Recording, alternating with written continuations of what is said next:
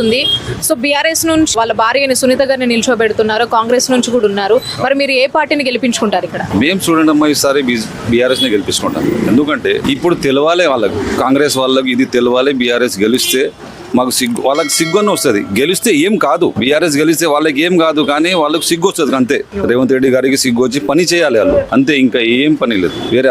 అది రావాలనే మేము పట్టుదలతో గెలిపించాలని అనుకుంటున్నాం. వాళ్ళకి ఓటేస్తాం, బీఆర్ఎస్కి ఓటేస్తాం. అంటే ఇప్పుడు కాంగ్రెస్ వాళ్ళు అంటున్నారు మేము ఇచ్చినటువంటి హామీలు ఏవైతే ఉన్నామో నెరవేర్చుకుంటూ వస్తున్నామో అని అంటున్నారు కదా. బస్సులో రండి, ఇప్పుడు ఎలక్షన్ వచ్చింది కదా, బస్సులో వస్తారు కదా వాళ్ళు కూడా. వాళ్ళే ప్రజలే వాళ్ళకి బుద్ధి చెప్తారు, మనం చెప్పేది అవసరం లేదు. ప్రజలే చెప్తారు వాళ్ళకు. మేమేమున్నాం, మాకు వచ్చి అడుగుతారు మీకు ఏమేమైనా పింఛన్ అన్నారు, పింఛన్ రాలేదు. 500 గ్యాస్ అని చెప్పారు, ఎవరికో ఒకసారి ఇచ్చారు, ఎవరికో 100-200 ఇద్దరికి ఇచ్చారు, అంతే అయిపోయింది.